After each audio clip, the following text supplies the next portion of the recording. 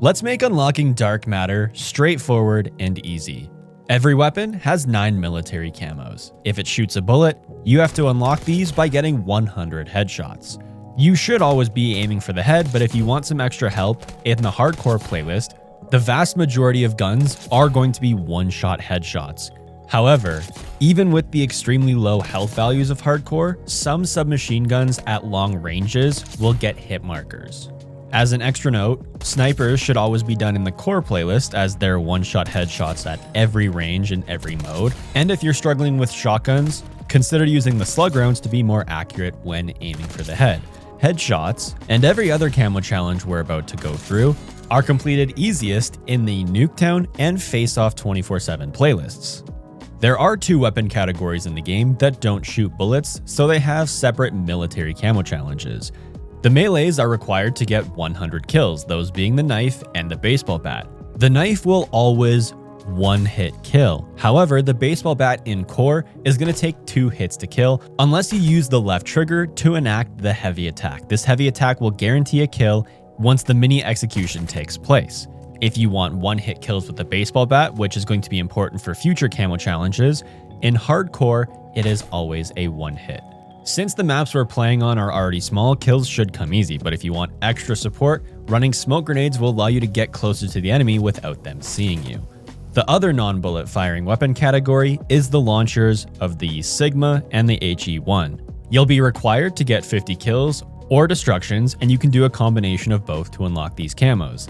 Kills by far are the easiest, especially in hardcore where your launchers are going to get kills even if the enemy has flak jacket. You'll also be able to destroy enemy tactical and lethal equipment, field upgrades, and score streaks, and these will also count towards progression. This is important for this challenge and later on. Using the engineer perk is going to allow you to see things you need to destroy through walls across the map. Once you've unlocked all 9 military camos on any individual weapon, you'll earn access to complete 2 special camo challenges. We'll go through every single special camo challenge that there is in the game, but you should write this down. I'm not joking, get a piece of paper. That's a joke, guys, by the way. You should always be trying to complete both of your special camos at the same time. It's the 2 birds with 1 stone scenario. Within the special camos, you'll come across a very common challenge, which I call the combat specialty challenges. These are going to require you to get 50 kills with the following combat specialty perk bonuses: Recon, Strategist, and Enforcer. Recon requires you to have 3 blue perks equipped at one time, Strategist is 3 green perks, and Enforcer is 3 red perks. All you have to do with these active is get kills. You don't actually have to utilize these combat specialty bonuses that you get in-game. Active camo challenges are things that you as the player have to do in-game to unlock these camos, like clean kills, 30 kills without taking damage. It's self-explanatory, but enemy gunfire will damage you. Same goes for lethal equipment. The last thing to take into consideration is enemy tacticals. Whether they direct impact you or go off close to you, they're going to slightly damage you, which will stop you from getting camo progression. Now, this is straightforward, and a lot of your kills are going to come from the enemy not damaging you in the first place. However, if you're ever struggling and you go to hardcore, you and the enemy are very often going to be killing each other in 1 to 2 bullets. So most kills that you get in hardcore are already coming from the enemy not damaging you. These next few that I'm going to cover are so easy. You should already be doing this in the game, so when you get to these camo challenges, they're going to be gimmies. You have to get 30 kills shortly after sprinting. Now, with Black Ops 6 having Omni movement, you're going to be sprinting around the map anyways for 90% of the game. So most of the kills that you're going to be getting are from shortly after sprinting in the first place. If this is a challenge that you're not progressing through very fast, just force yourself to sprint around the map even more. You'll also have to get 50 kills while moving. The same premise goes. Every kill you should be getting, unless you're camping in a corner, acting like you're a Navy SEAL on a mission, you're going to be moving while getting all of your kills anyway. Same thing. If you're noticing you're not getting as much progression as you want to, just always be cognizant of moving around. Some close range weapons and even an LMG are going to need to get 30 Hipfire Kills. These are kills while you are not aiming down sight. An attachment of a laser sight is going to make it that much easier, since you'll get a little bit more accuracy and guidance to where you're shooting if you do struggle with hipfire kills. We are playing on Nuketown and Face Off, and we're close to the enemies almost in every gunfight. So the closer you are, the more accurate you're going to be without aiming down sight. If you need extra help, use attachments that will increase your recoil control. The XMG is the only gun that has this camo challenge, and that is getting 2 kills without releasing the trigger. What you should be doing for this camo challenge is always be looking for your first kill. It helps if you do this around objectives because you know more than one enemy is going to be around in that area. Once you get that first kill, do not stop shooting until you find that second player and kill them as well. Having a large extended mag is going to help you because you'll have more ammo, so you'll have a little bit of extra time to find that second player before you run out of ammo and have to reload. At any point, if you stop shooting or have to reload, you will have to get that first kill all over again. When you need to get kills shortly after switching weapons, having the Fast Hands perk is going to allow you to switch out to your secondary even faster. You should always be running with your primary out, and the second you see an enemy, quickly switch to your secondary to get that kill. Or, if you know an enemy is around a corner, you can have your primary out, switch to your secondary, then turn the corner, getting that kill shortly after. A few more active challenges left. One of them is going to be one-shot kills. If you're ever in doubt, always play hardcore, since every gun that has this challenge is a guaranteed one-shot in that mode. Lastly, similar to that XMG challenge, you have to get 2 kills without reloading 5 times. You can stop shooting, you can reposition, you can run around the map, you can take your time. As long as you're not reloading, kills will count. Same thing goes, extended mags will increase your likelihood of getting this challenge complete. There are 2 challenges that are based on range. Point blanks, which you need 30 kills, requires you to be a distance of 2 meters or less away from the enemy. If you're ever unsure if you get a point blank, when you get a kill, you should get the corresponding medal to pop up on your screen. The same goes for long shots. For the marksman rifles and the snipers, you have to be a minimum distance of 52 meters between you and the enemy you are killing. If you ever want to know the exact distance, you can always place a directional ping that will describe the exact distance you are from them. So you always know what good position you are to get long shots. Now on Nuketown, the best spot to get long shots is inside of the yellow house garage, and you shoot all the way into Green's backyard and vice versa. You'll also need kills with 3 specific attachments. 50 kills with a suppressor equipped, this is going to be a muzzle attachment. Kills with a 4.0 times magnification optic or greater. Sniper scopes are larger than the default for this challenge, but you can go through the optic attachment category and each optic will tell you its magnification. Just look for something equal or greater than 4. And last, you'll need underbarrel kills. These can easily be completed with any of the underbarrel launcher attachments in hardcore. As you can tell, for the bullet weapons, the special camos are extremely easy to unlock. So let's talk about the 2 weapon categories that are the most difficult and will become extremely tedious. The knife is luckily the easiest and only needs to get that combat specialty kills with the Enforcer perk upgrade, which is the red perks, just to recap. The baseball bat will need to get kills shortly after switching weapons. Similarly to what we saw with the bullet weapons, the Fast Hands perk is going to help you pull up that baseball bat even faster. Now there is one special camo that is unlocked that both melees share the exact same challenge for, and that is kills without taking damage. In core, when running smoke grenades, you are going to get a few kills every match without taking damage from your enemy because you're going to be able to sneak up on them and get up close and personal.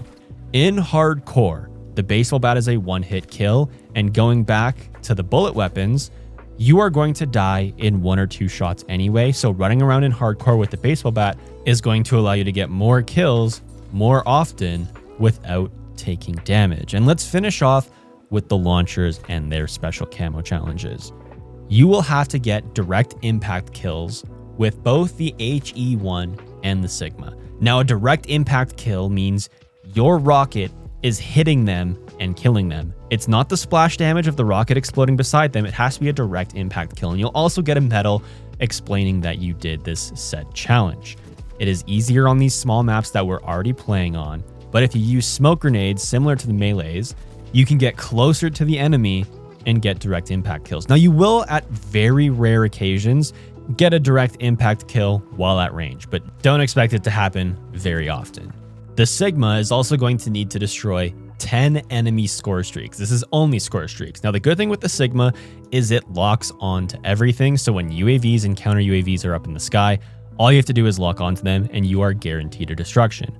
For the HE1's challenge, you have to get 10 destructions of enemy score streaks or equipment. Any lethal, tactical, or field upgrade is going to count as a destruction if you're having a hard time shooting down streaks. Later on, you're going to have to shoot down streaks, so let's do a crash course on the HE1. The score streaks that are extremely easy to destroy is anything on the ground. That's RCXDs, sentry turrets, AGRs, but those aren't going to be very common. You're going to have to look to the sky and shoot down things like UAVs, counter UAVs, and enemy attack choppers. UAVs are going to be the easiest to hit. When you're aiming down sights with the HE1, you'll notice right by the center dot, 2 horizontal black bars. What you are going to want to do with these black bars is line them up with the nose of the UAV. Then you're going to take into account for its circular rotation. If you don't know what I mean, anytime a UAV is called in, you'll quickly notice that circular rotation. Once you've understood how they fly around the map and you have that black bar matched up with the nose of the UAV, you can shoot and you will get some destructions. Now, these are the easiest things to shoot down in the sky, but it's not going to be perfect every time.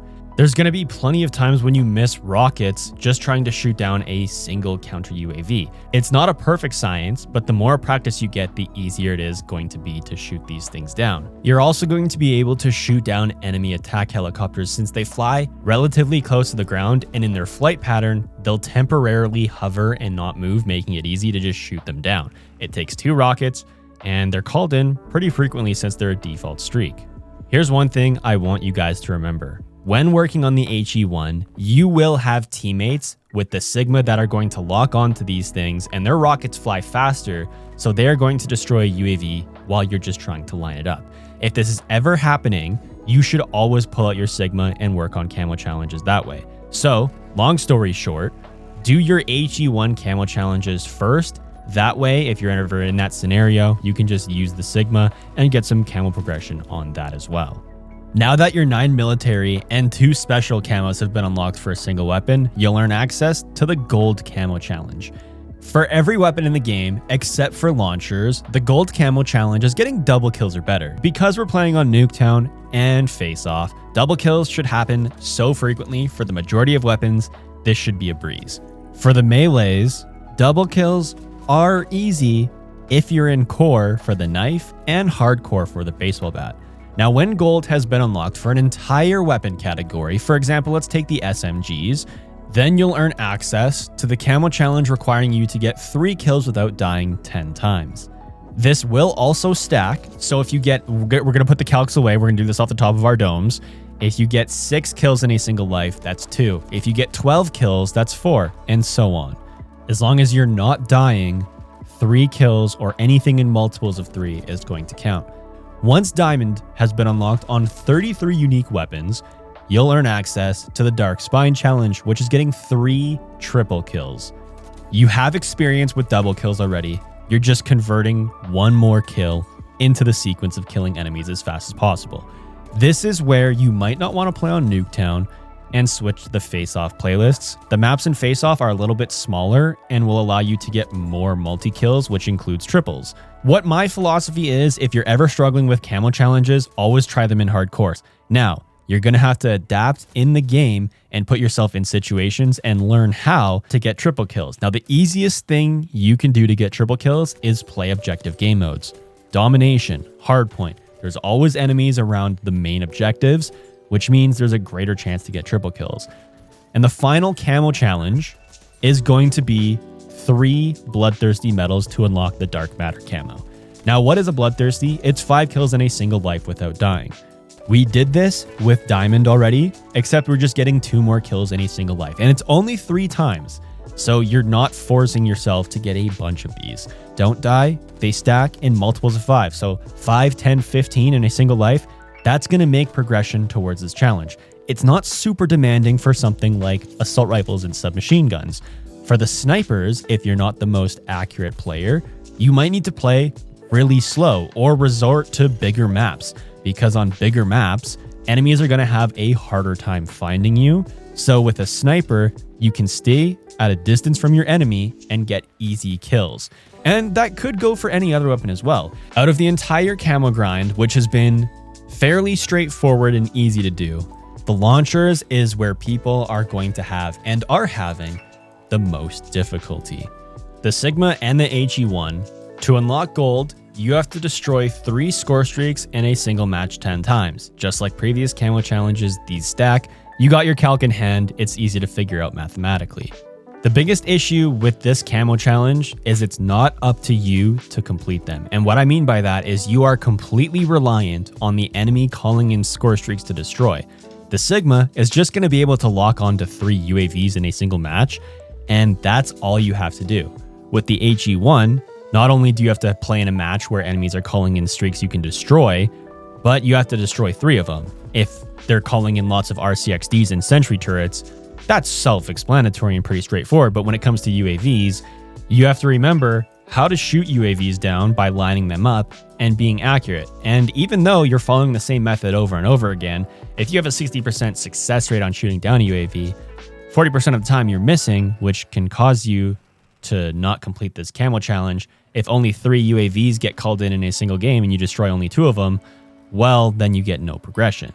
The diamond challenge is easy. You're just getting 3 kills in a single match 10 times. You can do this in one match. As long as you're getting 30 kills with the launcher, you're going to get diamond unlocked.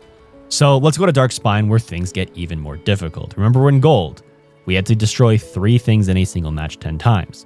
Now we're destroying 5 score streaks in a single match. You only have to do this 3 times, thankfully.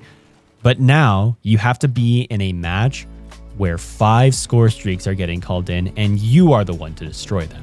It's the same amount of difficulty, but a lot more tedious. And finally, to unlock the Dark Matter camo on the 2 launchers, you'll have to get 5 kills in a single match 3 times. This is actually easier than the Diamond Challenge for the launchers. You'll need to get 15 kills in a single match, and you'll have the Dark Matter camo unlocked. And that is how you unlock the Dark Matter camo on every gun in the game. It's a very simple camo challenge at face value. It's only when you start to do it yourself and you start to notice how tedious some of the weapon categories and their respective challenges are in-game. There's extra info that you should also take into consideration. The most important is that when you prestige in-game, you have to re-unlock everything via the leveling system. So if you're working on the AS Val, which is unlocked at level 55, and you prestige before you complete the camo challenges, unless you're going to use your permanent unlock token, which you get 1 every time you prestige to permanently unlock anything, you're going to have to level up all over again just to get the AS Val unlocked to continue those camo challenges. If you are wanting to unlock the Dark Matter camo on everything as fast as possible, take this into consideration. Maybe it might not be worth it to you to prestige right away every time. If you're a person who wants to prestige as fast as possible and you're going to unlock the camo challenges along the way anyway, it may not be that big of an issue for you. But if you're trying to get Dark Matter as fast as possible, don't prestige and focus on some camo challenges. That being said, that is everything you need to know to fast and efficiently unlock the Dark Matter camo in Black Ops 6. As expected, there are going to be camo bugs in-game. Whether good or bad, these bugs will eventually get fixed. In the bad case, if you're working on a camo challenge and you're getting no progression, even though you're doing the challenge exactly as described, just be patient until the update comes that fixes that camo challenge. And the same goes for good bugs. There are things that will make the camo grind easier overall, but don't expect these to be in the game forever. These also will get fixed. If there are new things added to the game that change any functionality of camo challenges or make things easier, there's going to be a pinned comment down below in the comment section with all the best updates and all the new information that you should know going into this camo grind. Best of luck, I hope you guys enjoy, and I'll see you in the next one.